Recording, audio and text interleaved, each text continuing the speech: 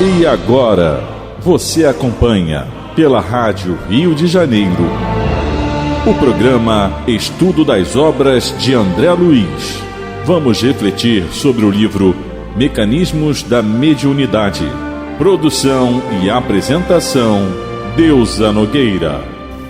Amigos ouvintes da Rádio Rio de Janeiro, dando continuidade ao estudo da obra Mecanismos da Mediunidade, vamos hoje entrar no outro capítulo, na verdade, né, amigo, o último capítulo do livro, que é o capítulo 26, e tem como tema Jesus e a Mediunidade. É um capítulo assim muito interessante para a nossa meditação, já que em muitos expedientes cristãos não se olha a mediunidade como uma atitude pregada pelo Evangelho, né, pregada por Jesus. Ficamos muitas vezes parados no Velho Testamento, em que Moisés ele proíbe a prática mediúnica sem olharmos até o contexto, a questão abusiva em que a situação era praticada, né? Então ele começa dizendo para nós assim: divina mediunidade. E nos reportando a qualquer estudo da mediunidade, não podemos olvidar que, em Jesus, ela assume todas as características de exaltação divina. E aqui vem uma nota importantíssima mesmo, que é a nota que André Luiz me indica. E essa nota está em A Gênese. Está em A Gênese quando o Kardec, né, ele anota a questão da mediunidade com Jesus. É bem interessante. Porque muitas vezes a gente pensa assim, mas o que é o médium, né? É todo aquele que é capaz de sentir no grau qualquer a influência dos espíritos. E aí, Jesus seria médium? Então Kardec fala assim: agiria Jesus como médium nas curas que operava? Olha que nós vemos no Evangelho uma quantidade de curas, e assim, né, os estudiosos de magnetismo falam, né, estudam as especificidades das curas. E Jesus, ele atuava numa pluralidade. Era algo assim, não tinha uma especificação. Então eram cegos, eram aleijados, eram mudos, né? Eram do pacientes neurológicos, eram obsidiados, né? Era mulher hemorrágica. Então são vários aspectos que Jesus cuidava e cuidou assim com muito sucesso, né? Então, aí vem a pergunta de Kardec, já que Kardec estudou o magnetismo e sabia e conhecia bem os fatos que o magnetismo pode provocar. E Kardec quer saber, né? Ele estuda bem. Então ele fala assim: não, porquanto o médium é um intermediário, um instrumento de que se servem os espíritos desencarnados, e o Cristo não precisava de assistência, pois que era ele quem assistia aos outros. E aí vamos nos reportar a questão 625 de O Livro dos Espíritos, em que Kardec pergunta aos espíritos se haveria alguém que tenha sido enviado à Terra na posição de guia, na posição de modelo, uma referência para a nossa conduta, né? E aí a resposta é pequena: vede Jesus.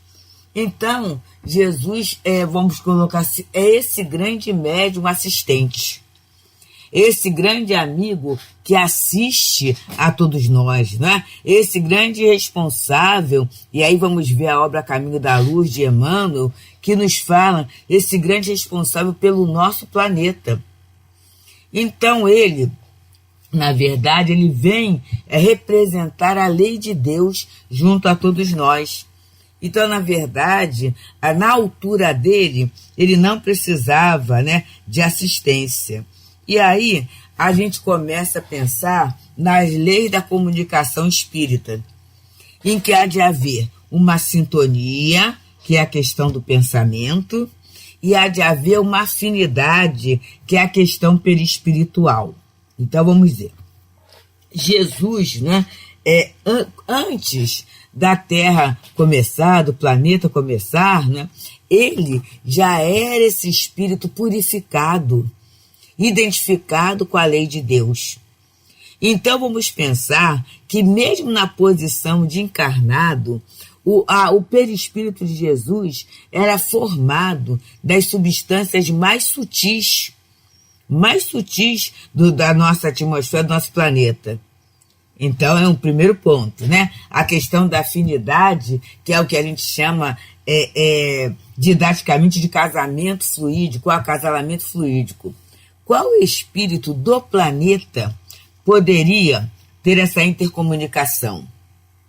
Já que todos os espíritos do planeta eram inferiores a ele, bem inferiores. E Jesus estava fora dessa sintonia com as nossas questões, com a nossa vivência planetária. É o primeiro ponto. O segundo ponto é a questão do pensamento. O pensamento de Jesus é um pensamento superior. Existe uma série de livros por Augusto Cury, né, que é um psiquiatra, e é a análise do pensar, da inteligência de Jesus. Então, ele nos traz, né, de pesquisa que existe na questão neuropsiquiátrica, né, acerca do pensamento de Jesus. E aí há muitas divergências, né, muitas contestações acerca do Jesus histórico, do Cristo histórico. E ele não entra nisso. Ele começa a analisar os feitos e os ditos de Jesus.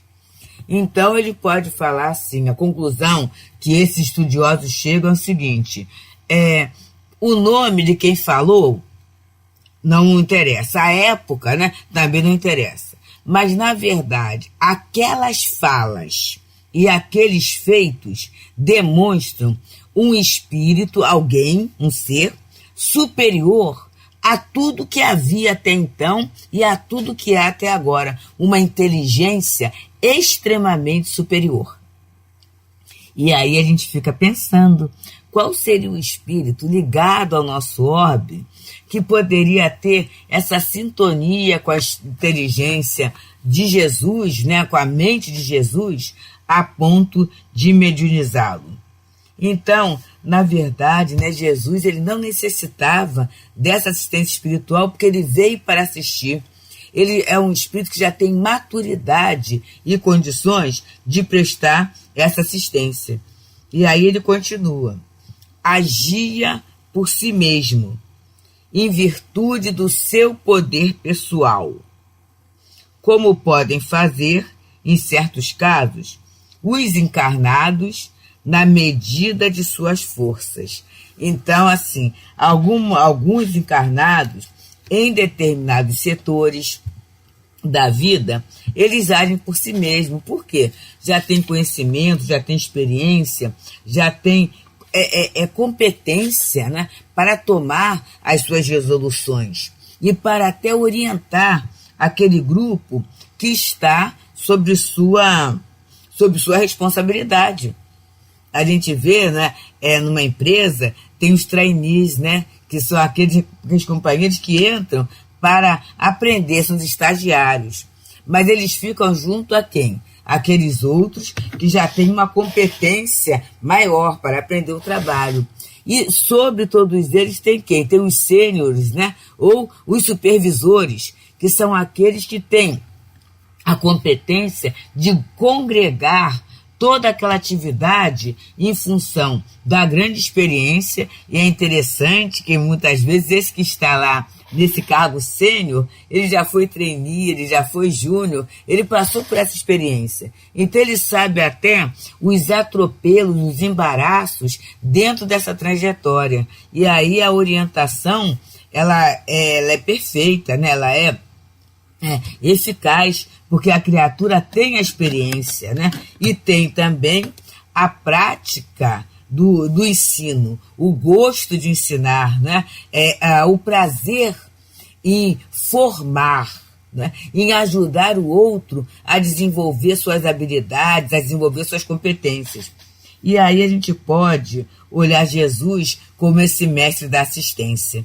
Embora muitas vezes, meus amigos, a gente acabe substituindo a figura do mestre por outras figuras, por outras histórias, por outras questões.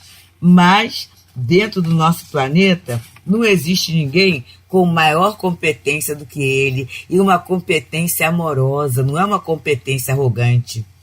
Jesus, ele não nos impõe, ele expõe essa lei, não é? E mostra para todos nós a possibilidade de vivê-la e nos assiste dentro desse esforço de vivência da lei de Deus. Esse é o papel de Jesus junto a todos nós.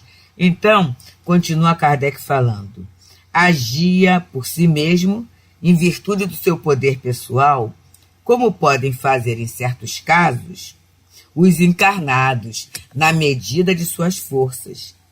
Que espíritos, ao demais, ousaria insuflar-lhes seus próprios pensamentos e encarregá-lo de o transmitir?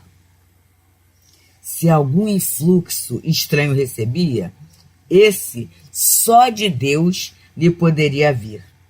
Segundo definição dada por um espírito, ele era médium de Deus. Eu acho essa expressão belíssima que está na Gênesis, né? Jesus como médium de Deus, muito lindo mesmo. Por quê, gente? Jesus, ele é a personificação da lei de Deus. A ponto dele falar assim, eu não vim fazer a minha vontade, mas a vontade do Pai que está nos céus. Eu e o Pai somos um, e essa unidade que deu a interpretação da igreja, né, em termos de Pai, Filho e Espírito Santo, seria uma criatura só, não é isso, ele veio fazer a vontade do Pai que está nos céus. E só faz a vontade de alguém quem conhece a mesma vontade, né? Quem tem essa competência de conhecer. E Jesus é essa criatura que veio. E como ele diz, não vim destruir a lei e os profetas, mas vim dar-lhe cumprimento. Então, é esse médium de Deus, essa criatura dessa mente límpida, lúcida, né? Totalmente vivendo a lei de Deus junto a nós. Para quê? Para nos ensinar. E daí ele receber o título de mestre. E receber um outro título, que é o de amigo, né? Esse grande amigo de todos nós, que é o nosso mestre, o nosso querido mestre Jesus. E assim, meus irmãos, estamos estudando a obra Mecanismos da Mediunidade, no seu último capítulo, que André Luiz intitulou Jesus e Mediunidade. E estamos no subtema Divina Mediunidade. E André Luiz continua falando assim para nós. Desde a chegada do excelso benfeitor ao planeta, observa-se-lhe o pensamento sublime penetrando o pensamento da humanidade. E é interessante que alguns autores falam, né, até da mudança do clima da psicosfera, porque a gente imagina, e é só imaginando mesmo, né, o que é a chegada do espírito superior.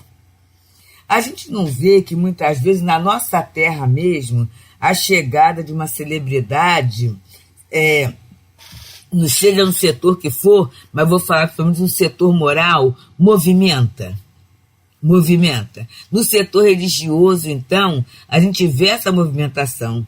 Lembramos, né, da ambiência em que vivia Chico Xavier, que as criaturas sentiam como se tivesse numa regeneração e muitas vezes até percebendo perfumes, percebendo presenças espirituais, porque essas criaturas exalam o bem.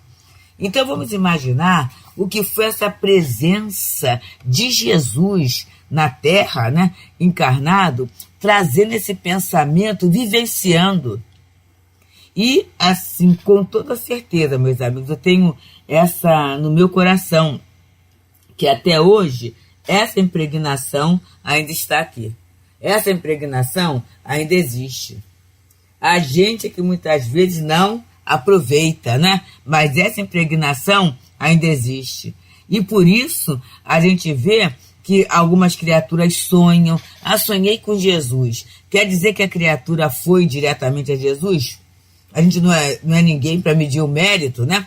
Mas na maioria das vezes é que está gravada essa vibração de Jesus, ela faz parte. E naquele momento que através da prece, ou através de uma necessidade, né, eu me desprendo um tanto das questiúnculas da vida material, eu consigo absorver pedaços, né, trechos desse pensamento. E como a lei ela é perfeita, eu vou perceber exatamente aquele trecho que eu necessito para me manter de pé diante daquele desafio, diante daquela dificuldade, diante daquele empreendimento. E nós vemos em muitas situações as pessoas falarem assim, eu não sei como eu consegui realizar essa tarefa. Mas olha só, é toda uma movimentação de sustentação magnética. E Jesus, né, ainda é a fonte de sustentação do nosso planeta. A gente sabe, né, por algumas mensagens, que alguns companheiros permaneceram um tempo maior aqui na nossa Terra porque o seu fluido sustentava. Então, por que fulano, né, é tão bom e está tão velhinho aí, continuando encarnado? Porque a presença material dele, né, influencia, a sua vibração, o seu fluido, influencia aquele grupo, e a gente sabe que o bem se multiplica com uma facilidade muito grande mesmo. A gente, às vezes, fica muito preocupado com a questão do contágio do mal, mas a gente esquece que, sendo bem a lei, então a propagação é muito grande, né? Então sustenta, esses pensamentos sustentam. Assim se falava de Chico Xavier, né? De Madre Teresa, de alguns companheiros que permaneceram um tempo, né? E desencarnaram assim, já bem velhinhos, né? Já com o corpinho bem prejudicado, mas com o seu pensamento lúcido, com o seu pensamento iluminado. Então, é esse pensamento sublime de Jesus que penetra o pensamento da humanidade através de quê? Através do Evangelho. Mas aí vamos pensar, e a gente pode até raciocinar, mas a humanidade toda não é cristã. Como é que através do Evangelho se consegue esse fato? E aí a gente pode falar assim, mas quem disse que o Evangelho é só o que está escrito? A gente tem no Evangelho o que está escrito, mas também o que é praticado. E em todas as doutrinas, em todas as confissões religiosas, a gente vê aquelas pessoas que vivem o Evangelho com a essencialidade. Quantos exemplos, meus amigos? Quantos exemplos? Porque, na verdade, aí eu lembro sempre a obra Caminho da Luz, né?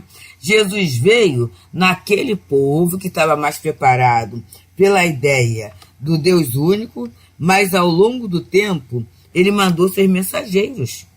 Ele mandou ser mensageiros. E é claro, né, que na posição de mensageiros, nenhum tinha a sua altura. A exemplificação, sabe, se perdeu com a ideia do poder, com a ideia, com as questões da vida material. Mas uma verdade ficou para todos os reveladores, que é a lei de amor. Amar a Deus sobre todas as coisas, amar ao próximo como a si mesmo.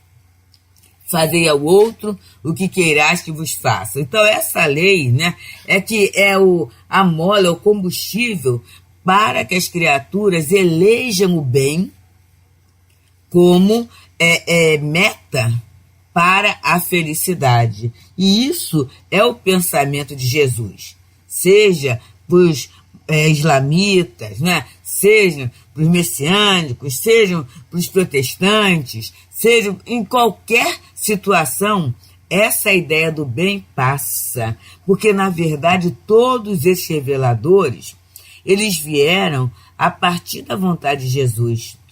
Eles vieram envolvidos por esse amor cristão, né? Que é fazer com que a Terra se transforme num mundo feliz. Fazer com que nós, habitantes do planeta Terra, despertemos para realidades mais nobres, mais belas, né? Para que esse senso de justiça, e a justiça é Deus, né? Seja assim praticado, vivido, sentido por cada um de nós, para que a gente tenha esse sentido da fraternidade. Olha Jesus falando, meus discípulos serão reconhecidos por muitos se amarem. Em alguns grupos, essa fraternidade se exercita entre as seitas, entre aqueles que fazem parte do mesmo grupo, do mesmo partido, do mesmo conjunto de pensamento. Mas em outros, à medida que a gente vai crescendo, né? À medida que a gente vai sofrendo, à medida que a gente vai amadurecendo, a gente vai tendo essa possibilidade desse exercício de uma forma mais ampla, de uma forma mais segura, né? De uma forma mais lúcida. E aí é essa fraternidade universal que vai sendo plantada em cada ponto, de acordo com a sua cultura, de acordo com o seu nível evolutivo, né? De acordo com as suas referências, e que aos poucos a gente vai agregando. E aí a gente vê a beleza dos meios de comunicação. Eu não preciso sair daqui para ir no outro país, numa outra cultura, para conhecer a forma de vida. Isso pode ser trabalhado entre nós mesmos, né? Através da internet, através da leitura, né? Através do contato. Então, essa facilitação que a gente está tendo para o contato social faz com que a gente possa ampliar a nossa forma de gostar, a nossa forma de conhecer e respeitar o pensamento diferenciado daquele nosso irmão, daquela nossa irmã. Isso através de quê? O pensamento só é estranho enquanto é dos outros. A partir daqui aquele pensamento, que aquela linha de pensamento, ela é de alguém que eu ame, e principalmente, se eu olhar nessa pessoa que eu ame, alguém que tem o comportamento ético, né? Que tem as obras do amor, as obras da caridade, com toda certeza eu vou aprendendo a respeitar. E olha essa solidariedade sendo feita. E sendo feita também através da reencarnação. Reencarnaremos em diferentes culturas, experimentaremos diferentes vestes físicas, né? Diferentes modos de pensar. Mas é assim, a teoria ela vem linear, mas cada um de nós vai dar o colorido, vai ter o entendimento de acordo com a própria bagagem. E é nesse momento, né, que a gente vai ser, por exemplo, um cristão reencarnado lá, né, numa cultura que não conhece Jesus. E aí a gente vai ter aqueles conhecimentos todos, mas esse conhecimento todo, a teoria toda, ela vai ser recheada daquilo que a gente já conheceu do cristianismo.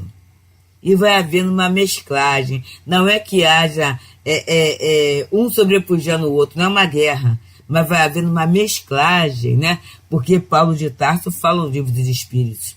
Tender para a unidade divina, essa é a meta. Lá na questão 1009. Então, é essa unidade que todos nós estamos tendendo, e ela parte desse princípio que Jesus nos traz, né? Na verdade, Deus é nosso Pai e todos nós somos irmãos em humanidade. O momento em que a gente aprender ou apreender essa realidade e aprendamos a olhar para o outro como irmão, aprendendo a vibrar pelo outro, né? Aprendendo a compreender e vivenciar que os nossos movimentos e momentos vibratórios são diferenciados, né? E cada dia vai oferecer para cada um uma possibilidade, uma oportunidade, um colorido, uma provocação, a gente vai conseguindo ter essa paz.